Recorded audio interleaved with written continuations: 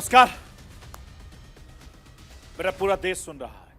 राष्ट्र की आवाज 140 करोड़ लोगों की एक ही आवाज, आपके साथ मैं हूं सरफराज। मैं सरफराज सैफी आपको बताना चाहता हूं, राज्यसभा में प्रधानमंत्री नरेंद्र मोदी ने अपने दूसरे कार्यकाल का आखिरी भाषण दिया। प्रधानमंत्री नरेंद्र मोदी ने एक तरफ विकसित भारत का संकल्प लेते हुए अपने तीसरे कार्यकाल की गारंटी दी, तो दूसरी तरफ प्रधानमंत्री नरेंद्र मोदी ने विपक्ष पर जमकर प्रहार किया। पहले लोकसभा फिर राज्यसभा से पीएम मोदी ने विपक्ष के एक एक आरोपों को चुन चुन कर जवाब दिया।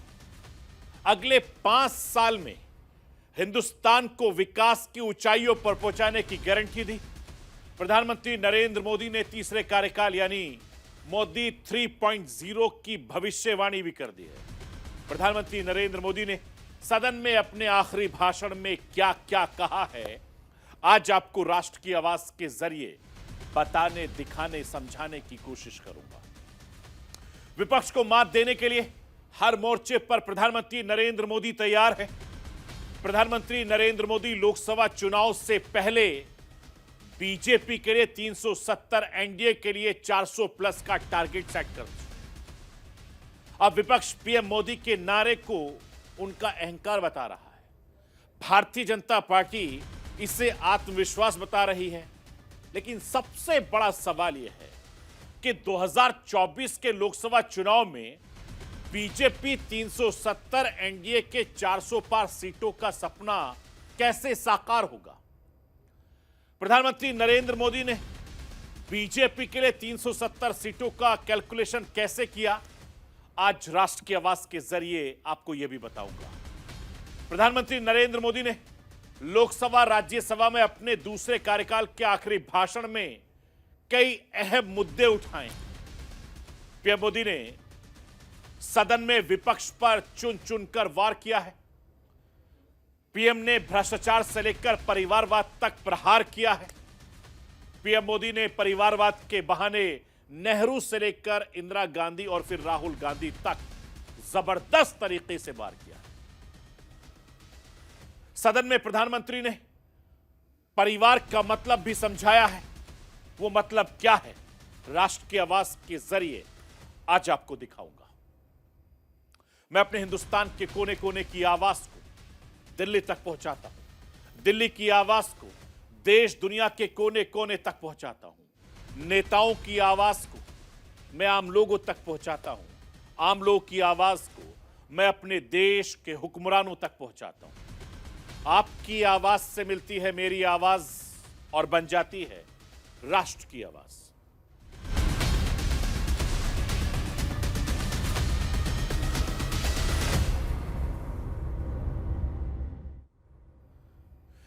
किसी भी मौके को कैसे भुनाते हैं, यह कोई हिंदुस्तान के प्रधानमंत्री नरेंद्र मोदी साहब से सीखे। मौका भले ही राष्ट्रपति के अभिभाषण पर धन्यवाद प्रस्ताव पर चर्चा के जवाब का हो, नरेंद्र मोदी इस मौके को भी चुनाव से पहले जनता तक अपनी बात पहुंचाने के लिए बड़ी अक्लमंदी से इस्तेमाल कर लिया।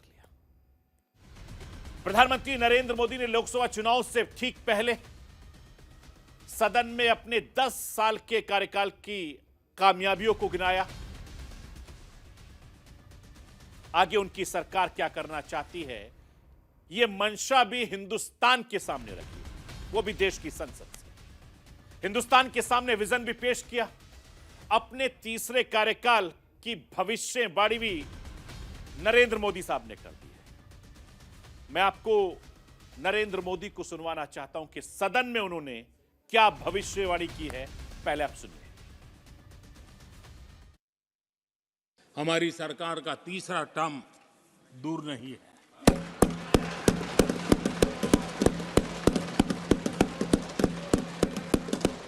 कुछ लोग इसे मोदी 3.0 कहते हैं। मोदी 3.0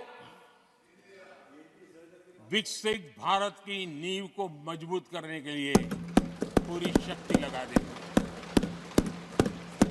आदरणीय सभापति जी, अगले 5 साल में भारत में डॉक्टरों की संख्या पहले की तुलना में अनेक गुना बढ़ी।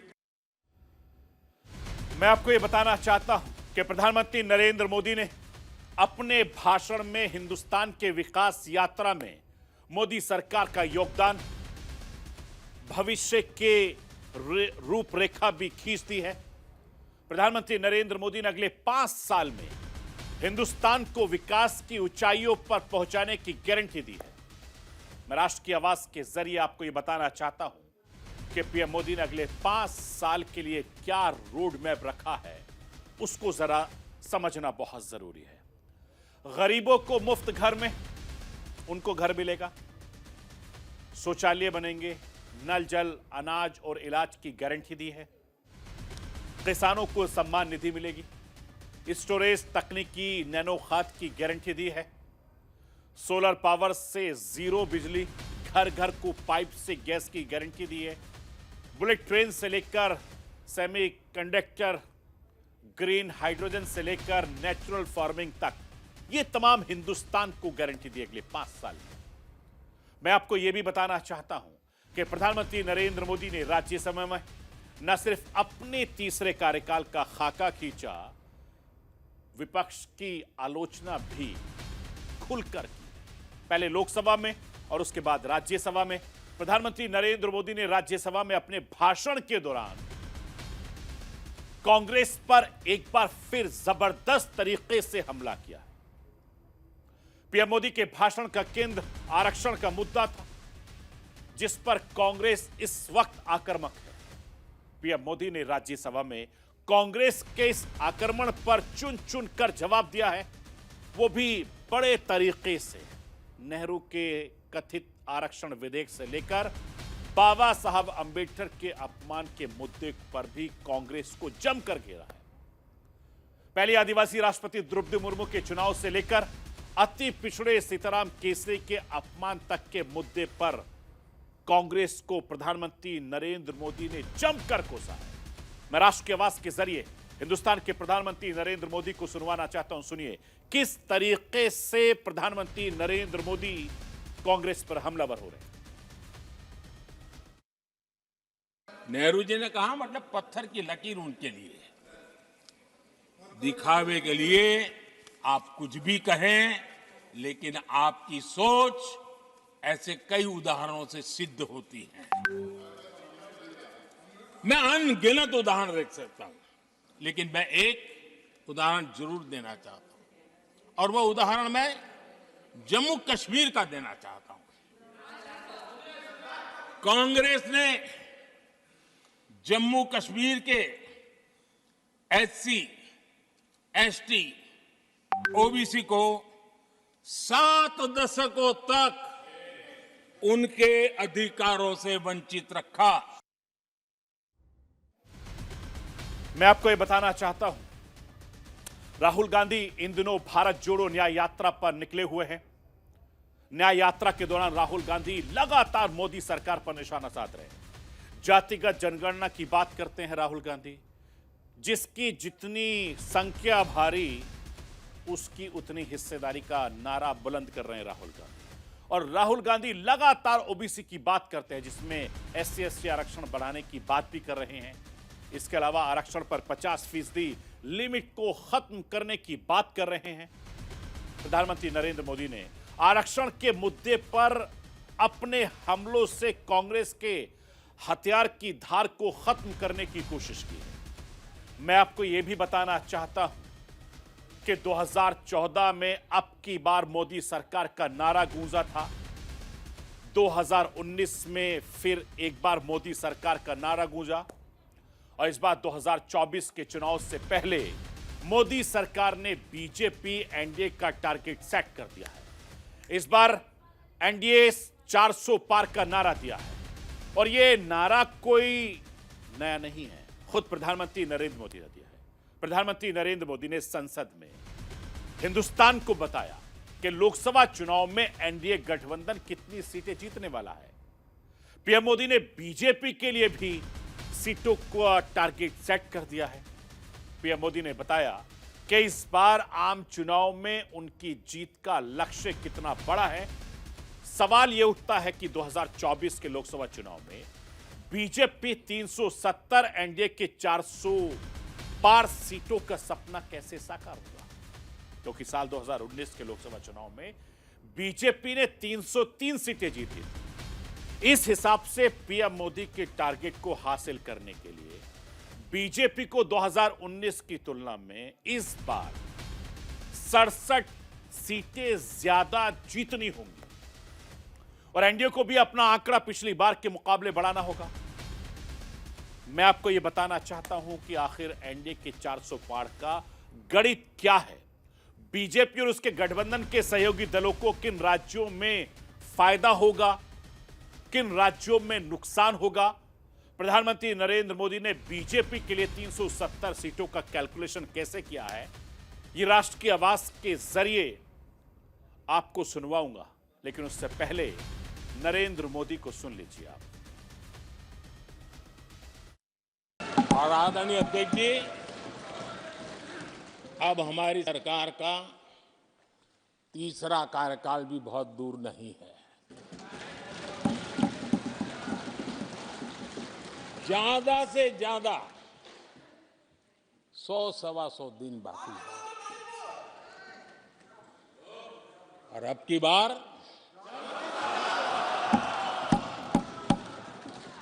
पूरा देश कह रहा है, अब की बार खड़गे जी भी कह रहे हैं।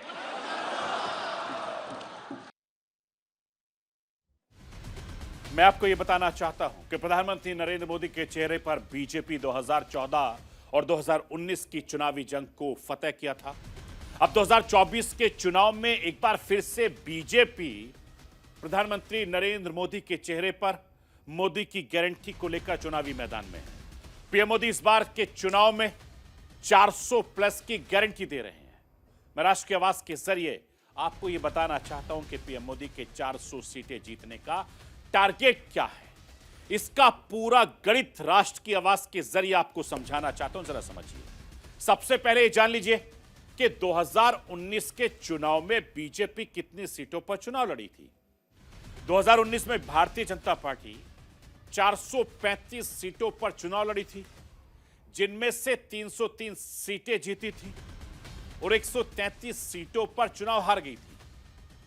21 राज्यों में 2024 सीटें 55% से ज्यादा के अंतर से बीजेपी चुनाव जीती थी और करीब 50% सीटों पर जीत का जो अंतर था वो 50% था। ये 1984 के बाद 2009 में किसी पार्टी को पहली बार इतनी बड़ी तादाद में जीत हासिल हुई थी और साल 2014 में 136 सीटों पर 50% वोट मिले थे। यह आंकड़ा 2019 में बढ़ गया। 2019 में यह आंकड़ा बढ़कर 224 सीटों पर 50% वोट मिले और 2019 में 50% से ज्यादा वोट वाली 88 सीटें 2024 के मुकाबले बीजेपी की बढ़ गई।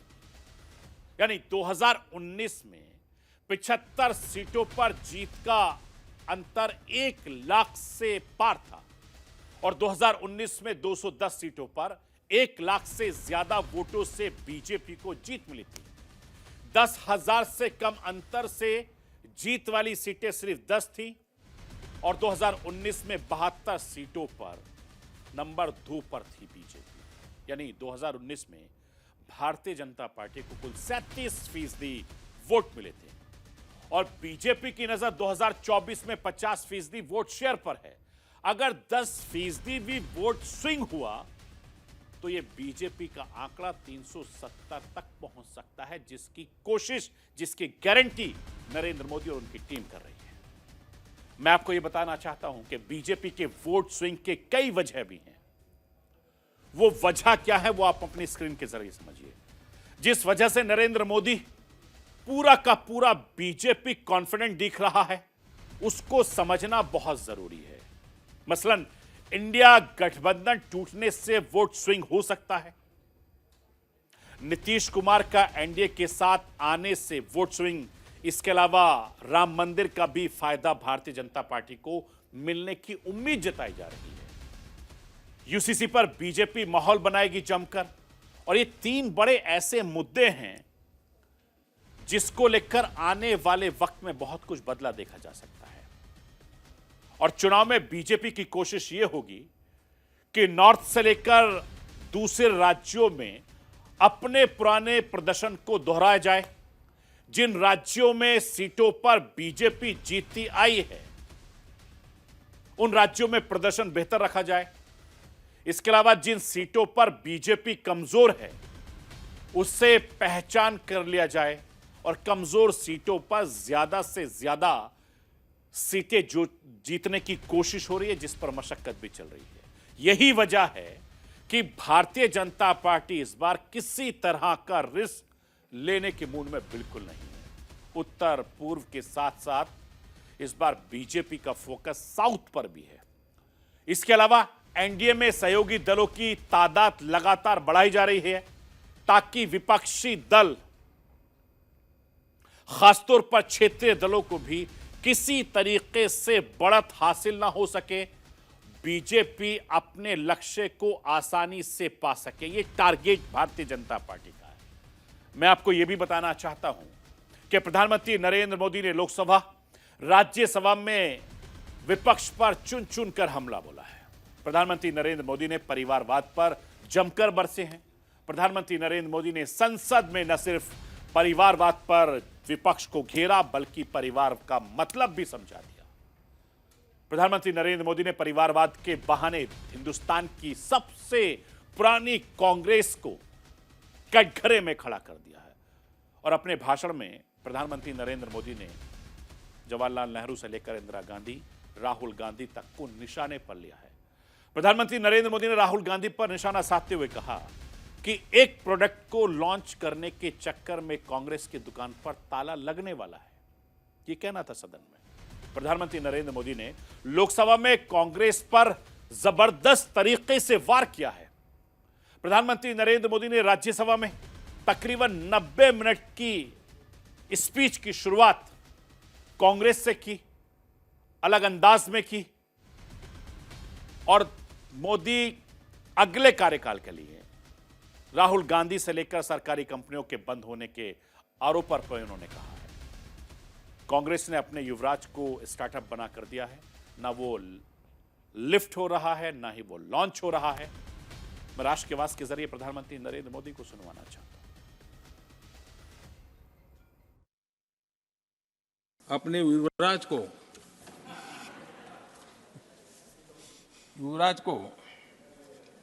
एक स्टार्टअप बना करके दिया है। अभी वो नॉन स्टार्टर है।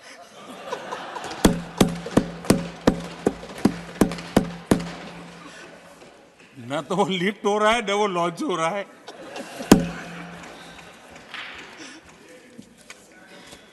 आदरणीय सभापति जी,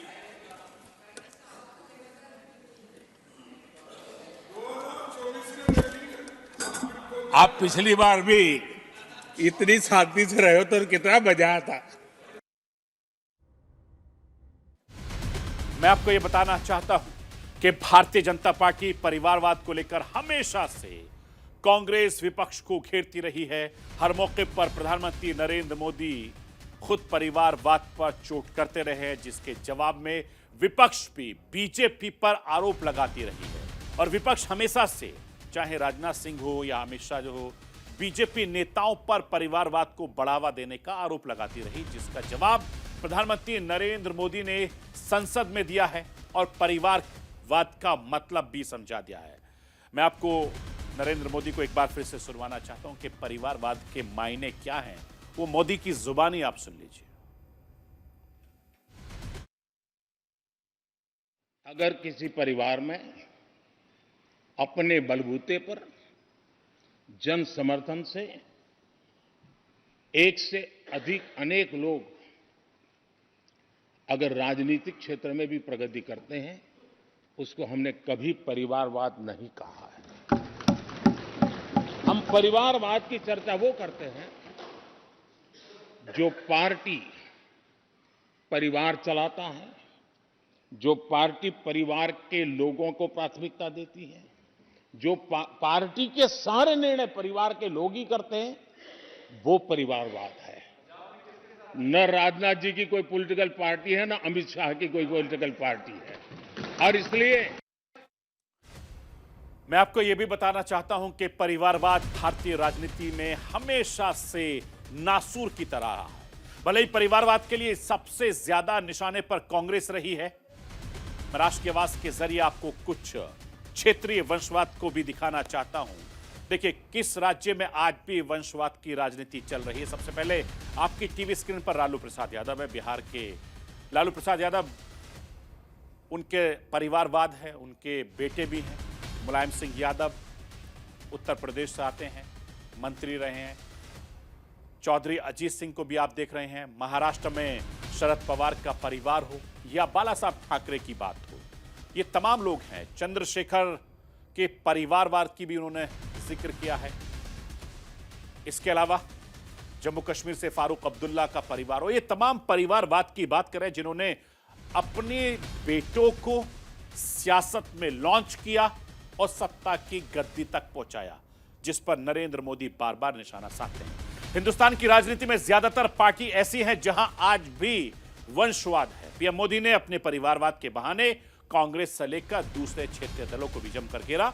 लोकसभा चुनाव से पहले पीएम ने अपना एजेंडा सेट कर दिया है और हाल ही में बिहार में नीतीश कुमार इसी परिवारवाद का आरोप लगाकर इंडिया गठबंधन से नाता तोड़कर मोदी साहब के साथ चले गए।